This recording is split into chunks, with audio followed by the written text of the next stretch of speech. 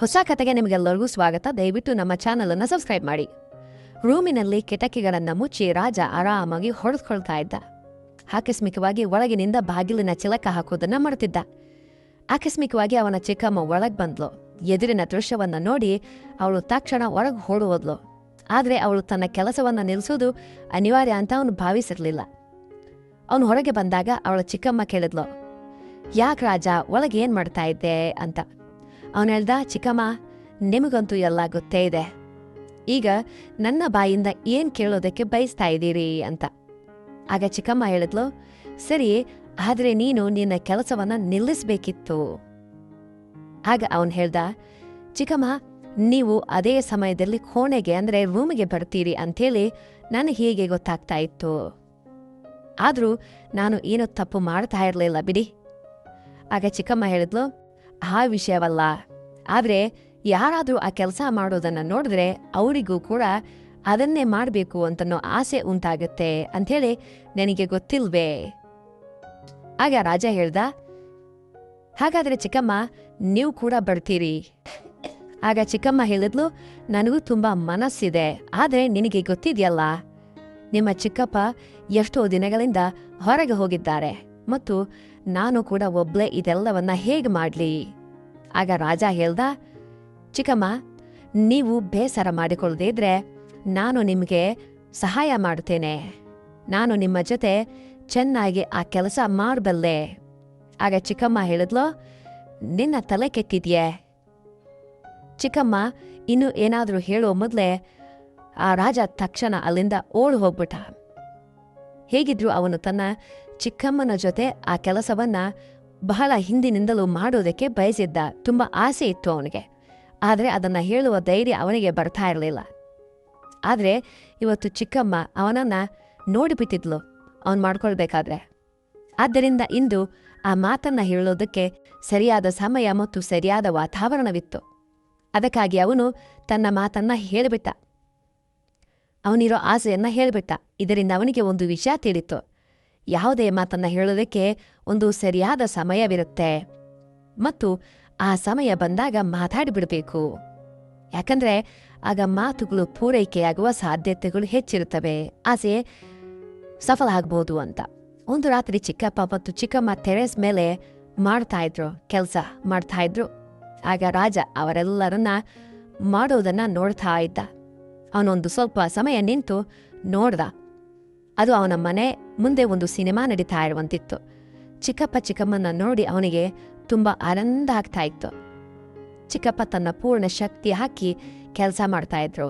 ಆಗ ರಾಜನಿಗೆ ಇನ್ನೂ ಮದುವೆ ಆಗಿರ್ಲಿಲ್ಲ ಮತ್ತು ಅವನಿಗೆ 23 ವರ್ಷ ವಯಸ್ಸಾಗಿತ್ತು. ಅವನ ಚಿಕ್ಕಮ್ಮ ತುಂಬಾ ಸುಂದರ ಮತ್ತು ಆಕರ್ಷಕವಾಗಿದ್ಲು. ಅವಳು ಯಾವಾಗ್ಲೂ ಅವನೊಂದಿಗೆ ತಮಾಷೆ ಮಾಡ್ತಾ ಇದ್ಲು. ಚಿಕ್ಕಮ್ಮ ಮತ್ತು ಅವನ ನಡುವೆ ಒಂದು ಒಳ್ಳೆಯ ಸ್ನೇಹದ ಸಂಬಂಧ ಇತ್ತು. ಚಿಕ್ಕಮ್ಮ ಆ ಮನೆಗೆ ಹೊಸದಾಗಿ ಮದುವೆಯಾಗಿ ಬಂದಾಗ ಅವಳಿಗೆ ತುಂಬಾ ಅಹಂಕಾರವಿತ್ತು ಮತ್ತು ಆ ಅಹಂಕಾರವಿರೋದು ಸಹಜವಾಗಿತ್ತು. ಯಾಕಂದ್ರೆ ಅವಳು ಯಾವುದೇ ಹೀರೋಯಿನ್ಗಿಂತ ಕಡಿಮೆ ಇರಲಿಲ್ಲ. ಚಿಕ್ಕಮ್ಮನ ಎತ್ತರ ಚೆನ್ನಾಗಿತ್ತು, ಕಣ್ಣುಗಳು ದುಂಡಿಗೆ ಇದ್ದುವು ಮತ್ತು ಬಣ್ಣ ಬೆಳ್ಳಗಿತ್ತು. ಅವಳ ಮೈಕಟ್ಟು ಕೂಡ ತುಂಬಾ ಚೆನ್ನಾಗಿತ್ತು. ಅವಳು ಯಾವಾಗ ರಾಜನ ಕಡೆ ನೋಡ್ತಾ ಇದ್ಲೋ ಅವಳ ನೋಟವು ಅವನ ಎದೆಯನ್ನ ಸೀಳುವಂತಿರ್ತಾ ಇತ್ತು. ಅಂದ್ರೆ ಆ ಥರ ಅವಳು ಲುಕ್ ಕೊಡ್ತಾ ಇದ್ಲು. ಆದ್ರೆ ಅವನು ಯಾವುದೇ ಮಾತಾಡಿದ್ರೂ ಅವಳು ಮುಖ ತಿರುಗಿಸ್ತಾ ಇದ್ಲು. ಆಗಲೇ ಅವಳೊಳಗೆ ಸೌಂದರ್ಯದ ಅಹಂಕಾರ ತುಂಬಿದೆ ಅಂಥೇಳಿ ಅವನಿಗೆ ಅರ್ಥವಾಗಿತ್ತು. ರಾಜನ ಚಿಕ್ಕಪ್ಪ ಒಂದು ಕಂಪನಿಯಲ್ಲಿ ಕೆಲಸ ಮಾಡ್ತಾ ಇದ್ರು. ಅವರು ಕೆಲಸ ಮಾಡುವ ಸ್ಥಳ ಮನೆಯಿಂದ ಸುಮಾರು ಒಂದು 90 ಕಿಲೋಮೀಟರ್ ದೂರ ಇತ್ತು. ಆದ್ದರಿಂದ ಅವಳು ವಾಪಸ್ ಬರುವಾಗ ಮಧ್ಯರಾತ್ರಿ ಆಗ್ಬಿಡ್ತಾ ಇತ್ತು, ತುಂಬಾ ಲೇಟ್ ನೈಟ್ ಆಗ್ಬಿಡ್ತಾ ಇತ್ತು ಮತ್ತು ಕೆಲವೊಮ್ಮೆ ಅವರು ಬರ್ತಾನೆ ಇರಲಿಲ್ಲ. ಅಲ್ಲಿಯೇ ಹಲವು ದಿನಗಳವರೆಗೆ ಉಳಿತಾ ಇದ್ರು. ಯಾಕಂದ್ರೆ ಪ್ರತಿದಿನ ಅಷ್ಟೊಂದು ದೂರ ಬಂದು ಹೋಗೋದು ತುಂಬಾ ಕಷ್ಟ ಆಗ್ತಾ ಇತ್ತು. ಚಿಕ್ಕಪ್ಪ ಮನೆಗೆ ಬರದೇ ಇದ್ದಾಗ ಚಿಕ್ಕಮ್ಮ ತನ್ನ ರೂಮಿನಲ್ಲಿ ಒಬ್ಳೇ ಇರ್ತಾ ಇದ್ಲು.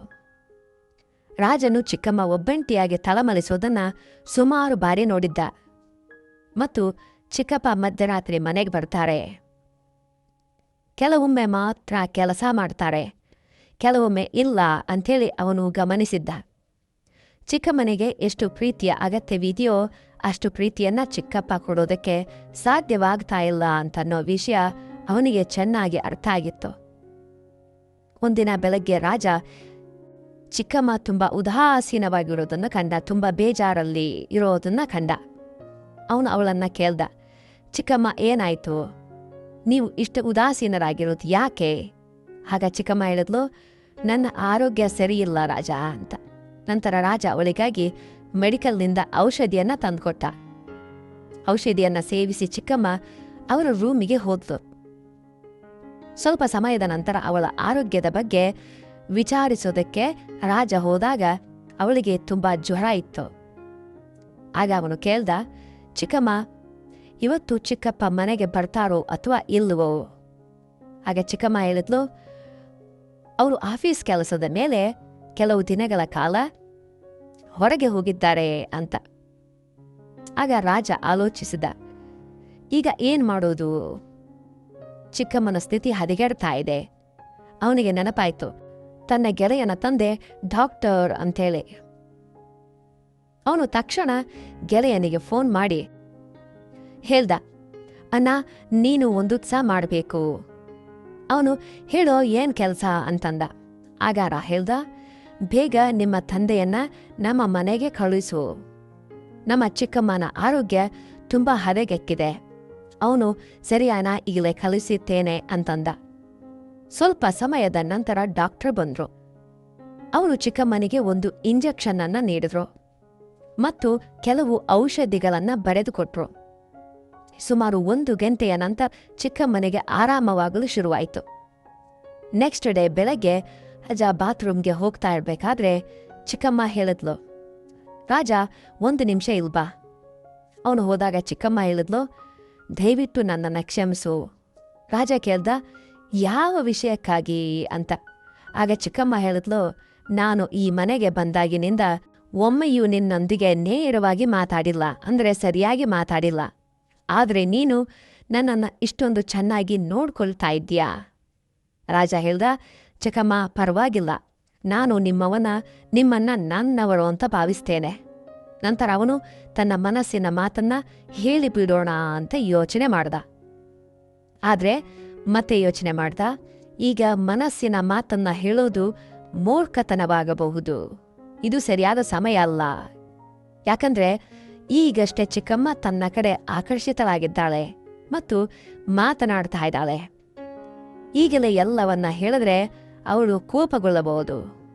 ಆದ್ದರಿಂದ ಮೊದಲು ಚಿಕ್ಕಮ್ಮನ ಹೆಚ್ಚಿನ ಪ್ರೀತಿಯನ್ನ ಪಡೀಬೇಕು, ಆಮೇಲೆ ಹೇಳೋದು ಸರಿ ಅಂಥೇಳಿ ಭಾವಿಸಿದ. ಅದರ ನಂತರ ರಾಜ ಮತ್ತು ಚಿಕ್ಕಮ್ಮನ ನಡುವೆ ತುಂಬಾ ಒಳ್ಳೆಯ ಸ್ನೇಹ ಬೆಳೀತು. ಈಗ ಅವನು ಚಿಕ್ಕಮ್ಮನ ಪ್ರತಿಯೊಂದು ಮಾತನ್ನ ಕೇಳ್ತಾ ಇದ್ದ ಮತ್ತು ಅವಳು ಹೇಳಿದ ಕೆಲಸವನ್ನ ತಕ್ಷಣವೇ ಮಾಡಿಬಿಡ್ತಾ ಇದ್ದ. ಚಿಕ್ಕಮ್ಮನ ಮೇಲೆ ಅಷ್ಟೊಂದು ಪ್ರೀತಿ ಇತ್ತು ಅವನಿಗೆ. ಇದರಿಂದ ಚಿಕ್ಕಮ್ಮ ಕೂಡ ಈಗ ಅವನ ಕಡೆಗೆ ಸ್ವಲ್ಪ ವಾಲಿಕೊಂಡಿದ್ಲು. ಒಂದು ದಿನ ಚಿಕ್ಕಮ್ಮ ಹೇಳಿದ್ಲು, ರಾಜ, ನಿಮ್ ಚಿಕ್ಕಪ್ಪ ಯಾವಾಗ್ಲಾದ್ರೂ ಒಮ್ಮೆ ಮನೆಗೆ ಬರ್ತಾರೆ. ಹಾಗಾಗಿ ನೀನು ರಾತ್ರಿ ನನ್ನ ರೂಮಿಗೆ ಬರ್ತಾ ಇರು. ನಾವಿಬ್ರು ಮಾತಾಡೋಣ ಅಥವಾ ಸಿನಿಮಾ ನೋಡೋಣ. ಒಬ್ಳೇ ಇರೋದಕ್ಕೆ ನನಗೆ ಮನಸ್ಸು ಬರೋದಿಲ್ಲ. ಆಗ ರಾಜ ತನ್ನ ಮನಸ್ಸಿನಲ್ಲಿ ಯೋಚನೆ ಮಾಡ್ದ, ಚಿಕ್ಕಮ್ಮ ತನಗೆ ಸುಳಿವು ನೀಡ್ತಾ ಇದ್ದಾಳೆ ಅಂಥೇಳಿ. ಈಗ ತನ್ನ ಮಾತನ್ನ ನೇರವಾಗಿ ಹೇಳೋದು ಸುಲಭವಾಯಿತು. ಆಮೇಲೆ ಅವನು ಚಿಕ್ಕಮ್ಮನ ರೂಮಿಗೆ ಹೋದ. ಚಿಕ್ಕಮ್ಮ ಮನೆಯ ಕೆಲಸ ಮಾಡ್ತಾ ಇದ್ಲು. ಚಿಕ್ಕಮ್ಮನನ್ನ ನೋಡಿ ಅವನ ಮನಸ್ಸು ತುಂಬಾ ಚಂಚಲವಾಯಿತು ಮತ್ತು ಅವನು ತನ್ನ ಮೊಬೈಲ್ನಲ್ಲಿ ವಿಡಿಯೋವನ್ನ ನೋಡೋದಕ್ಕೆ ಶುರು ಮಾಡ್ದ. ಯಾವ ಥರ ವಿಡಿಯೋ ಅಂತ ಕಮೆಂಟ್ ಮಾಡಿ. ವಿಡಿಯೋದ ಶಬ್ದ ಪೂರ್ಣ ಅಂದ್ರೆ ಜಾಸ್ತಿ ಇತ್ತು ಮತ್ತು ಅದು ರೂಮಿಗೆಲ್ಲ ಕೇಳಿಸ್ತಾ ಇತ್ತು. ಹೊರಗಿನಿಂದ ಯಾರಾದರೂ ಬರ್ತಾ ಇದ್ದಾರಾ ಅಂಥೇಳಿ ತಿಳಿಯೋದಕ್ಕೆ ಅವನು ಬಾಗಿಲಿನ ಕಡೆ ಮುಖ ಮಾಡಿ ಕುಳಿತುಕೊಂಡಿದ್ದ. ರಾಜ ತನ್ನ ಮನಸ್ಸಿನಲ್ಲಿ ವಿಡಿಯೋ ನೋಡ್ತಾ ಆನಂದಿಸ್ತಾ ಇದ್ದ. ಅಷ್ಟೊಂದು ಚೆನ್ನಾಗಿದ್ವು ಆ ವಿಡಿಯೋಗಳು. ಆಗ ಚಿಕ್ಕಮ್ಮ ಯಾವಾಗ ಕೋಣೆಯೊಳಗೆ ಬಂದಳೋ ಅಂತ ಅವನಿಗೆ ಗೊತ್ತಾಗ್ಲೇ ಇಲ್ಲ. ಚಿಕ್ಕಮ್ಮ ಕೂಡ ಹಿಂದೆ ಬಂದು ಆ ವಿಡಿಯೋವನ್ನ ನೋಡ್ತೊಳಗಿದ್ರು. ಸೈಲೆಂಟ್ ಆಗಿ ಆ ವಿಡಿಯೋ ಕೂಡ ಚಿಕ್ಕಮ್ಮ ನೋಡ್ತೊಳಗಿದ್ಲು. ರಾಜನಿಗೆ ಇದು ತಿಳಿಯಲಿಲ್ಲ. ನಂತರ ಚಿಕ್ಕಮ್ಮ ಸ್ವಲ್ಪ ಕೆಮ್ಮಿದ್ರು. ಅವನು ವಿಡಿಯೋದಿಂದ ಕಣ್ಣು ತೆಗೆದು ನೋಡಿದಾಗ ಚಿಕ್ಕಮ್ಮ ಹಿಂದೆ ನಿಂತು ನಗತಾ ಇದ್ಲು. ಅವನು ತಕ್ಷಣ ವಿಡಿಯೋವನ್ನು ಆಫ್ ಮಾಡಿ ಗಾಬರಿಯಾಗ್ಬಿಟ್ಟ. ಚಿಕ್ಕಮ್ಮ ಅವನ ಕಿವಿ ಹಿಡಿದ್ಲು ಹೇಳಿದ್ಲು, ಈಗ ಯಾಕೆ ಬಂದ್ ಮಾಡಿದೆ, ಈಗ ಯಾಕೆ ಆಫ್ ಮಾಡಿದೆ ವಿಡಿಯೋ ನೋಡೋದನ್ನ, ಹೆದರಿಕೆ ಆಯ್ತೆ ಅಂತ ಅವನು ನಗತಾ ಮತ್ತು ಗಾಬರಿಯಿಂದಲೇ ಹೇಳ್ದ. ಹೌದು ಚಿಕ್ಕಮ್ಮ, ವಿಡಿಯೋ ನೋಡೋವಾಗ ಯಾರಾದರೂ ಹಿಡಿದ್ರೆ ಹೆದರಿಕೆ ಆಗುತ್ತೆ ಅಲ್ವಾ ಅಂತ. ಅವಳು ಹೇಳಿದ್ಲು, ಸರಿ, ಈಗ ನಿನಗೆ ಹೆದರಿಕೆ ಆಗ್ತಾ ಇದೆಯೇ? ಆಗ ಕೊನೆಯಲ್ಲಿ ವಿಡಿಯೋ ನೋಡುವಾಗ ಹೆದರಿಕೆಯಾಗ್ಲಿಲ್ವೇ ಅಂತ ಅವನು ಹೇಳ್ದ. ಚಿಕ್ಕಮ್ಮ, ಏನ್ ಹೇಳಿ, ಒಬ್ಬಂಟಿಯಾಗಿದ್ದಾಗ ಮನಸ್ಸು ಚಂಚಲವಾಗುತ್ತೆ. ನಂತರ ಅವನು ಚಿಕ್ಕಮ್ಮನ ಕೈಯನ್ನ ಹಿಡಿದು ಹಾಸಿಗೆಯ ಮೇಲೆ ಕುಳಿತುಕೊಂಡು ಹೇಳ್ದ, ಚಿಕ್ಕಮ್ಮ, ನಾನು ನಿಮಗೆ ಒಂದು ಮಾತು ಹೇಳಬೇಕು ಅಂತ ಅನ್ಕೊಂಡಿದ್ದೇನೆ. ನಾನು ಹೇಳಿದ್ರೆ ನೀವು ಬೇಜಾರು ಮಾಡ್ಕೊಳ್ಳೋದಿಲ್ಲ ತಾನೇ ಅಂತ. ಆಗ ಚಿಕ್ಕಮ್ಮ ಹೇಳಿದ್ಲು, ನೀನು ಏನ್ ಬೇಕಾದರೂ ಹೇಳು, ನಾನು ಬೇಜಾರು ಮಾಡ್ಕೊಳ್ಳೋದಿಲ್ಲ. ನನಗೆ ಬೇಸರ ಆಗೋದಿದ್ರೆ ನೀನು ಮಾಡಿದ ಕೆಲಸ ನೋಡಿ ಈಗಾಗಲೇ ನಿನ್ನ ಚಿಕ್ಕಪ್ಪನಿಗೆ ಹೇಳಬಹುದಾಗಿತ್ತು. ಅಂದ್ರೆ ನೀನೆಲ್ಲ ಮಾಡಿರೋದನ್ನ ನಾನು ನೋಡ್ತಾ ಇದ್ದೀನಲ್ಲ, ಅದನ್ನ ನೋಡಿ ಚಿಕ್ಕಪ್ಪನಿಗೆ ಕಂಪ್ಲೇಂಟ್ ಕೊಡ್ಬೋದಾಗಿತ್ತು. ಇದನ್ನ ಕೇಳಿ ರಾಜ ಸ್ವಲ್ಪ ಕಣ್ಣನ್ನ ಕೆಳಗ್ ಮಾಡ್ದ ಮತ್ತೆ ಹೇಳ್ದ, ಚಿಕ್ಕಮ್ಮ, ನೀವು ಮೊದಲ ಬಾರಿಗೆ ಈ ಮನೆಗೆ ಬಂದಾಗಿನಿಂದಲೇ ನನಗೆ ನಿಮ್ಮ ಮೇಲೆ ತುಂಬಾ ಆಸೆ ಇದೆ, ಇಷ್ಟ ಇದೆ, ನೀವಂದ್ರೆ ನನಗೆ ತುಂಬಾ ಇಷ್ಟ. ಆಗ ಚಿಕ್ಕಮ್ಮ ನಗತಾ ಹೇಳಿದ್ಲು, ಹೌದಾ, ಹಾಗಾದ್ರೆ ಹೇಳು, ಏನು ಮಾಡೋಣ ಅಂತ. ಆಗ ರಾಜ ಹೇಳ್ದ, ಚಿಕ್ಕಮ್ಮ, ನಾನು ನಿಮ್ಮ ಜೊತೆ ಒಂದು ಸಲ ಅಂತಂದ ಅಲ್ಲಿಗೆ ಮಾತನ್ನ ನಿಲ್ಲಿಸ್ದ. ಚಿಕ್ಕಮ್ಮ ಹೇಳಿದ್ರು, ರಾಜ, ಇದು ಹೇಗೆ ಸಾಧ್ಯ? ಈ ವಿಷಯ ಏನಾದ್ರೂ ನಿನ್ನ ಚಿಕ್ಕಪ್ಪನಿಗೆ ತಿಳಿದ್ಬಿಟ್ರೆ ಅವರು ನನ್ನನ್ನ ಸುಮ್ಮನೆ ಬಿಡೋದಿಲ್ಲ, ನಿನ್ನನ್ನ ಕೂಡ ಸುಮ್ಮನೆ. ರಾಜ ಹೇಳ್ದ, ಚಿಕ್ಕಮ್ಮ, ನಾವು ಮನೆಯವ್ರಂತೆ ಈ ಕೆಲಸ ಮಾಡೋಣ, ನಾವು ಮನೆಯವರಾಗ ಚಿಕ್ಕಮ್ಮ ಹೇಳಿದಂತೆ ಈ ಕೆಲಸ ಮಾಡೋಣ, ನಾನ್ ನಿನ್ ಜೊತೆ ಅದೆಲ್ಲ ಮಾಡೋದಕ್ಕೆ ಸಾಧ್ಯ ಇಲ್ಲ ಅಂತ. ಆಗ ರಾಜ ಹೇಳ್ದ, ಚಿಕ್ಕಮ್ಮ, ನಾನ್ ನಿಮಗೆ ಮಾತು ನೀಡ್ತಾ ಇದ್ದೀನಿ, ಈ ವಿಷಯ ನಮ್ಮಿಬ್ಬರನ್ನ ಬಿಟ್ಟು ಮೂರನೇ ವ್ಯಕ್ತಿಗೆ ತಿಳಿಯೋದಿಲ್ಲ ಅಂತ. ಆಗ ಚಿಕ್ಕಮ್ಮ ಹೇಳಿದ್ಲು, ಆದ್ರೆ ರಾಜ, ನಾನು ನಿನ್ನ ಚಿಕ್ಕಮ್ಮ ಅಂತ. ಅದಕ್ಕೆ ರಾಜ ಹೇಳ್ದ, ಅದಕ್ಕೇನಂತೆ, ನಾವೇನು ತಪ್ಪು ಮಾಡ್ತಾ ಇಲ್ವಲ್ಲ. ಆಗ ಚಿಕ್ಕಮ್ಮ ಹೇಳಿದ್ಲು, ನಿನಗೆ ಗೊತ್ತೇ ಇದೆ, ನಿನ್ನ ಚಿಕ್ಕಪ್ಪ ಮಧ್ಯರಾತ್ರಿ ತುಂಬ ಸುಸ್ತಾಗಿ ಮನೆಗೆ ಬರ್ತಾರೆ, ತುಂಬ ಲೇಟ್ ನೈಟ್ ಅವ್ರ ಮನೆಗೆ ಬರ್ತಾರೆ. ಅವರು ತುಂಬ ದಣಿದಿರ್ತಾರೆ ಕೂಡ. ಅವರು ಅಪರೂಪಕ್ಕೊಮ್ಮೆ ನನ್ನನ್ನು ಸಂತೋಷಪಡಿಸ್ತಾ ಇರ್ತಾರೆ. ನನಗೆ ಚಿಕ್ಕಪ್ಪನ ಬಗ್ಗೆ ಎಲ್ಲವೂ ಗೊತ್ತು. ನೀವು ಸುಮ್ಮನೆ ಖುಷಿಯಾಗಿರುವಂತೆ ನಟಿಸ್ತಾ ಇದ್ದೀರಾ, ಆಕ್ಟಿಂಗ್ ಮಾಡ್ತಾ ಇದ್ದೀರಾ. ಇದನ್ನ ಕೇಳಿದ ಕೂಡಲೇ ಚಿಕ್ಕಮ್ಮನ ಮುಖ ಬಾಡಿ ಹೋಯಿತು. ಅವರ ಮುಖವನ್ನ ನೋಡಿ ರಾಜನಿಗೆ ಸತ್ಯ ತಿಳಿಯಿತು. ಆಗ ಚಿಕ್ಕಮ್ಮ ಹೇಳಿದ್ರು, ರಾಜ, ನೀನ್ ಹೇಳ್ತಾ ಇರೋದು ಸರಿ, ಕೇವಲ ಟೈಮ್ ವೇಸ್ಟ್ ಆಗುತ್ತೆ. ನಾನು ನಿನ್ನ ಚಿಕ್ಕಪ್ಪನ ಜೊತೆ ಖುಷಿಯಾಗಿಲ್ಲ. ಅವರು ದೂರದಿಂದ ಬರ್ತೇನೆ, ದಣದಿದ್ದೇನೆ ಅಂಥೇಳಿ ಮಲಗಿ ಬಿಡ್ತಾರೆ. ದಿನವೂ ನಾನು ಅವರನ್ನ ಒತ್ತಾಯಿಸೋದಕ್ಕೆ ಸಾಧ್ಯ ಇಲ್ಲ. ಅವರಿಗೆ ನನ್ನ ಬಗ್ಗೆ ಕಾಳಜಿ ಇರಬೇಕು. ಅವರು ಕೇವಲ ಅವರಿಗೆ ಬೇಕಾದಾಗ ಮಾತ್ರ ಮಾಡ್ತಾರೆ, ಪ್ರೀತಿ ಮಾಡ್ತಾರೆ, ಅದನ್ನು ಮಾಡ್ತಾರೆ. ನನ್ನ ಮೂಡ್ ಹೇಗಿದೆ ಅಂಥೇಳಿ ಅವರು ಯೋಚನೆನೇ ಮಾಡೋದಿಲ್ಲ. ಈ ಮಾತುಗಳನ್ನ ಕೇಳಿ ರಾಜ ದಂಗಾದ ಮತ್ತೆ ಹೇಳ್ದ, ಚಿಕ್ಕಮ್ಮ, ಅದಕ್ಕಾಗಿಯೇ ನಾನು ನಿಮ್ಮ ಬಗ್ಗೆ ಅಷ್ಟೊಂದು ಕಾಳಜಿ ವಹಿಸ್ತೇನೆ, ಅಷ್ಟೊಂದು ಪ್ರೀತಿ ವಹಿಸ್ತೇನೆ ಮತ್ತು ನಾನು ನಿಮ್ಮನ್ನ ಸಂತೋಷಪಡಿಸಬಲ್ಲೆ ಅಂತ ಹೇಳ್ತಾ ಇದ್ದೀನಿ. ನೀವು ಪ್ರತಿಯೊಂದು ನೋವನ್ನ ಅರ್ಥ ಮಾಡಿಕೊಳ್ಳಬಲ್ಲೆ, ನಿಮ್ಮ ಪ್ರತಿಯೊಂದು ನೋವನ್ನು ಅರ್ಥ ಮಾಡಿಕೊಳ್ಳಬಲ್ಲೆ ಅಂತ. ಆಗ ಚಿಕ್ಕಮ್ಮ ಅವನ ಕೈಯನ್ನ ಬಿಗಿಯಾಗಿ ಹಿಡಿದ್ಲು. ಆಗ ಅವಳ ಒಳಗಿನ ತಳಮಳ ಅವನಿಗೆ ಅರ್ಥ ಆಯಿತು. ಚಿಕ್ಕಮ್ಮ ಹೇಳಿದ್ಲು, ರಾಜ, ನೀನ್ ನನ್ನ ಭಾವನೆಗಳನ್ನ ಎಷ್ಟು ಚೆನ್ನಾಗಿ ಅರ್ಥ ಮಾಡ್ಕೊಳ್ತಾ ಇದ್ಯಾ. ನೀನು ಇಷ್ಟೊಂದು ತಿಳುವಳಿಕೆ ಉಳ್ಳವನಾಗಿದ್ದೀಯಾ. ಆದ್ರೆ ನಾನು ನಿನ್ನ ಕಡೆಗೆ ಗಮನನೇ ಕೊಟ್ಟಿರಲಿಲ್ಲ. ರಾಜ ಹೇಳ್ದ, ಹೌದು ಚಿಕ್ಕಮ್ಮ, ನಾನು ನಿಮ್ಮನ್ನ ಪೂರ್ತಿಯಾಗಿ ಅರ್ಥ ಮಾಡಿಕೊಳ್ಳಬಲ್ಲೆ. ಆಗ ಚಿಕ್ಕಮ್ಮ, ಸರಿ, ನಾನೇ ಯೋಚನೆ ಮಾಡಿ ಹೇಳ್ತೀನಿ ನಿನಗೆ ಅಂತ ಹೇಳಿದ್ರು ಎಂದು ತನ್ನ ರೂಮಿಗೆ ಹೋದ್ರು. ಚಿಕ್ಕಮ್ಮ ಹಾಗೆ ಹೋದ ರೀತಿ ಅವನಿಗೆ ಸ್ವಲ್ಪನೇ ಇಷ್ಟ ಆಗಲಿಲ್ಲ. ಅವನು ಏನೋ ಎಕ್ಸ್ಪೆಕ್ಟ್ ಮಾಡಿದ್ದ, ಏನೋ ಹೂ ಅಂತಾರೆ ಅಂತ ಅನ್ಕೊಂಡಿದ್ದ. ಅವನ ಮೂಡೀಗ ಹಾಳಾಯಿತು ಮತ್ತು ಈಗ ಏನೂ ಆಗೋದಕ್ಕೆ ಸಾಧ್ಯ ಇಲ್ಲ ಅಂತ ಅವನ ಯೋಚನೆ ಮಾಡ್ತಾ ಇದ್ದ. ನೆಕ್ಸ್ಟ್ ಡೇ ಬೆಳಗ್ಗೆ ಅವನು ಬಾತ್ರೂಮ್ನಿಂದ ಸ್ನಾನ ಮಾಡಿ ಹೊರಗಡೆ ಬಂದಾಗ ಚಿಕ್ಕಮ್ಮ ಬಂದು ಹೇಳಿದ್ರು, ಏನೋ ಇವತ್ತು ತುಂಬ ಸ್ಮಾರ್ಟಾಗಿ ಕಾಣಿಸ್ತಾ ಇದೆಯಾ ಅಂತ. ರಾಜು ಏನನ್ನ ಹೇಳಿದೆ ತನ್ನ ರೂಮಿಗೆ ಹೋದ, ಯಾಕಂದ್ರೆ ಅವನು ಚಿಕ್ಕಮ್ಮನ ಮೇಲೆ ಕೋಪಗೊಂಡಿದ್ದ. ಸ್ವಲ್ಪ ಸಮಯದ ನಂತರ ಚಿಕ್ಕಮ್ಮ ರಾಜನ ಕೊನೆಗೆ ಬಂದು ಕೇಳಿದ್ಲು, ಏನಾಯ್ತು, ನೀನು ನನ್ನ ಮೇಲೆ ಕೋಪಗೊಂಡಿದ್ಯಾ ಅಂತ. ರಾಜ ಹೇಳ್ದ, ನೀವು ನನ್ನ ರೂಮ್ನಿಂದ ಹೋಗಿ ನಿಮ್ಮ ಕೆಲಸ ನೋಡ್ಕೊಳ್ಳಿ, ನಾನು ನಿಮ್ಮ ಜೊತೆ ಮಾತಾಡೋದಕ್ಕೆ ಬಯಸೋದಿಲ್ಲ ಅಂತ. ನಂತರ ಅವನು ತನ್ನ ಕೆಲಸಕ್ಕೆ ಹೊರಗೆ ಹೋದ. ಅವನು ಸಂಧ್ಯೆ ಮನೆಗೆ ಬಂದಾಗ ಚಿಕ್ಕಪ್ಪ ಕೂಡ ಮನೆಗೆ ಬಂದಿರೋದನ್ನ ನೋಡ್ದ. ಈಗ ಅವನ ಮೂಡ್ ಇನ್ನೂ ಹಾಳಾಯ್ತು. ಏನನ್ನೂ ಎಕ್ಸ್ಪೆಕ್ಟ್ ಮಾಡಿದ್ದ ಅದು ಆಗಿರ್ಲಿಲ್ಲ, ಯಾಕಂದ್ರೆ ಈಗ ಅವನ ಕನಸು ಕನಸಾಗಿಯೇ ಉಳಿಯುತ್ತೆ ಅಂತ ಅಂದುಕೊಂಡಿದ್ದ. ಚಿಕ್ಕಪ್ಪ ಅವನನ್ನ ನೋಡಿ, ರಾಜ ಹೇಗಿದ್ಯಾ ಅಂತಂದ್ರು. ಅವನು ಹೌದು ಚೆನ್ನಾಗಿದ್ದೇನೆ ಅಂಥೇಳಿ ತನ್ನ ರೂಮಿಗೆ ಹೋದ. ಸ್ವಲ್ಪ ಸಮಯದ ನಂತರ ಚಿಕ್ಕಪ್ಪ ಅವನನ್ನ ಊಟಕ್ಕೆ ಕರೆದ್ರು. ಅವರೆಲ್ಲರೂ ಕುಳಿತು ಊಟ ಮಾಡ್ತಾ ಇದ್ರು. ತಾಜಾ ಚಿಕ್ಕಮ್ಮನ ಕಡೆಗೆ ನೋಡ್ತಾ ಇದ್ದ ಮತ್ತು ಚಿಕ್ಕಮ್ಮ ಕೂಡ ಅವನನ್ನ ನೋಡಿ ನಗುತ್ತಾ ಸುಮ್ಮನೆ ಇರು ಅಂತ ಹೇಳ್ತಾ ಇದ್ರು. ಚಿಕ್ಕಪ್ಪ ಕೂಡ ಊಟ ಮುಗಿಸಿ ಹೊರಗಡೆ ಹೋದ್ರು. ಆದರೆ ರಾಜ ನಿಧಾನವಾಗಿ ಊಟ ಮಾಡ್ತಾ ಇದ್ದ. ಚಿಕ್ಕಮ್ಮ ಅವನ ಬಳಿ ಬಂದು ಕೇಳಿದ್ಲು, ಏನ್ ರಾಜ, ನನ್ನ ಮೇಲೆ ಕೋಪನಾ ಅಂತ. ರಾಜ ಹೇಳ್ದು, ಹೌದು. ಆಗ ಅವಳು ಹೇಳ್ದು, ನೀನ್ ನನ್ನ ಮಾತನ್ನ ಯಾಕೆ ಅರ್ಥ ಮಾಡ್ಕೊಳ್ತಾ ಇಲ್ಲ, ಇದು ತಪ್ಪು ಅಂದ. ರಾಜ ಹೇಳ್ದ, ಇದರಲ್ಲಿ ತಪ್ಪೇನಿದೆ? ಆಗ ಚಿಕ್ಕಮ್ಮ ಹೇಳಿದ್ಲು, ನೀನು ಊಟ ಮುಗಿಸಿ ನಿನ್ನ ರೂಮಿಗೆ ಹೋಗಿ ಮಲ್ಕೋ ಅಂತ. ರಾಜ ಹೇಳ್ದ, ನಾನು ಮಲ್ಗ್ತೇನೋ ಇಲ್ವೋ ನಿಮಗ್ಯಾಕೆ ಅಂಥೇಳಿ ಕೋಪ ಮಾಡ್ಕೊಂಡು ಹೇಳ್ದ. ನಾನಿವತ್ತು ರಾತ್ರಿ ಟೆರೆಸ್ ಮೇಲೆ ಕುಳಿತಿರ್ತೀನಿ. ಇದನ್ನ ಹೇಳಿ ಅವನು ತನ್ನ ರೂಮಿಗೆ ಹೋಗ್ಬಿಟ್ಟ. ಹೇಗಾದರೂ ಮಾಡಿ ತನ್ನ ಕನಸನ್ನು ನನಸು ಮಾಡಿಕೊಳ್ಳಬೇಕು ಅಂತ ಅನ್ನೋದು ಅವನು ನಿರ್ಧರಿಸಿಬಿಟ್ಟಿದ್ದ. ಎಲ್ಲರೂ ಮಲಗಿದ ನಂತರ ರಾಜ ತನ್ನ ರೂಮಿನ ಬಾಗಿಲನ್ನು ತೆರೆದ. ತಾನು ಟೆರೆಸ್ಗೆ ಹೋಗ್ತಾ ಇದ್ದೇನೆ ಅಂಥೇಳಿ ಚಿಕ್ಕಮ್ಮನಿಗೆ ತಿಳಿಯಲಿ ಅಂಥೇಳಿ ಹಾಗೆ ಮಾಡ್ದ. ಹೋಗಿ ಸುಮಾರು 1-2 ನಿಮಿಷ ಆಗಿತ್ತು. ಆಗ ಅವನಿಗೆ ಒಂದು ಹೆಜ್ಜೆಯ ಶಬ್ದ ಕೇಳ್ತು. ಯಾರೋ ಬರ್ತಾ ಇದ್ದಾರೆ ಅಂತನ್ನುವ ಒಂದು ಹೆಜ್ಜೆಯ ಶಬ್ದ ಕೇಳ್ತು. ಹಿಂದೆ ತಿರುಗಿ ನೋಡಿದಾಗ ಚಿಕ್ಕಮ್ಮ ಟೆರೆಸ್ಗೆ ಬರ್ತಾ ಇದ್ರು. ಚಿಕ್ಕಮ್ಮ ಅವರ ಪಕ್ಕ ಕುಳಿತು ಹೇಳಿದ್ಲು, ನಿನಗೆ ಹುಚ್ಚು ಹಿಡ್ದಿದ್ಯಾ, ಇಷ್ಟು ರಾತ್ರಿಯಲ್ಲಿ ಇಲ್ಲೇನ್ ಮಾಡ್ತಾ ಇದ್ಯಾ?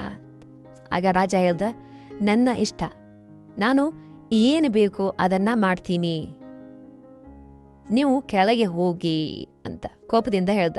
ಆಗ ಚಿಕ್ಕಮ್ಮ ಅವನ ಕೈಯನ್ನ ತನ್ನ ಕೈಯಲ್ಲಿ ಹಿಡಿದುಕೊಂಡು ಹೇಳಿದ್ರು, ರಾಜ, ಒಳಗಿನಿಂದ ನಾನು ಕೂಡ ನಿನ್ನ ಜೊತೆಗೆ ಇದ್ದೇನೆ, ನನ್ನ ಮನಸ್ಸಲ್ಲಿ ನೀನೇ ಇದ್ದೀಯಾ ಅಂಥೇಳಿ ಸ್ವಲ್ಪ ತಡೆದು ಮತ್ತೆ ಹೇಳಿದ್ರು. ಆದರೆ ಈಗ ನಾವು ಆ ಕೆಲಸ ಮಾಡೋದಕ್ಕೆ ಆಗೋದಿಲ್ಲ ಸದ್ಯಕ್ಕೆ, ಅದು ನಮಗೆ ಒಳ್ಳೆಯದು. ಆದರೆ ನೀನು ನನ್ನ ಜೊತೆ ಯಾವ ಕೆಲಸ ಮಾಡೋದಕ್ಕೆ ಬಯಸ್ತಾ ಇದೆಯೋ ಅದನ್ನ ಒಂದು ದಿನ ಖಂಡಿತ ಮಾಡೇ ಮಾಡ್ತೀಯ, ನಿನ್ನ ಕನಸು ನೀರವೇರುತ್ತೆ, ಸ್ವಲ್ಪ ತಾಳ್ಮೆಯಿಂದ ಇರು ಅಂತ. ರಾಜ ಚಿಕ್ಕಮ್ಮನ ಮಾತನ್ನ ಅರ್ಥ ಮಾಡಿಕೊಂಡು ಸರಿ ಅಂಥೇಳಿ ಹೇಳ್ದ. ಬೆಳಗ್ಗೆ ಚಿಕ್ಕಮ್ಮ ಹೇಳಿದ್ರು, ರಾಜ, ನನ್ನ ಮಾತನ್ನ ಗಮನ ಇಟ್ಟು ಕೇಳು, ನಾನು ಹೇಳ್ತೀನಿ ಅಂತ ಹೇಳಿದಿನಲ್ಲ ಅಂತ. ನಂತರ ಬೆಳಗ್ಗೆ ರಾಜ ಮತ್ತು ಚಿಕ್ಕಮ್ಮ ಚಹಾವನ್ನ ಕುಡಿತಾ ಕೂತ್ಕೊಂಡಿದ್ರು ಸೋಫಾ ಮೇಲೆ.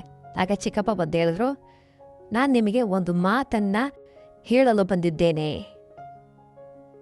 ಈಗ ನಾನು ಮತ್ತೆ ತಕ್ಷಣ ವಾಪಸ್ ಬರೋದಿಲ್ಲ.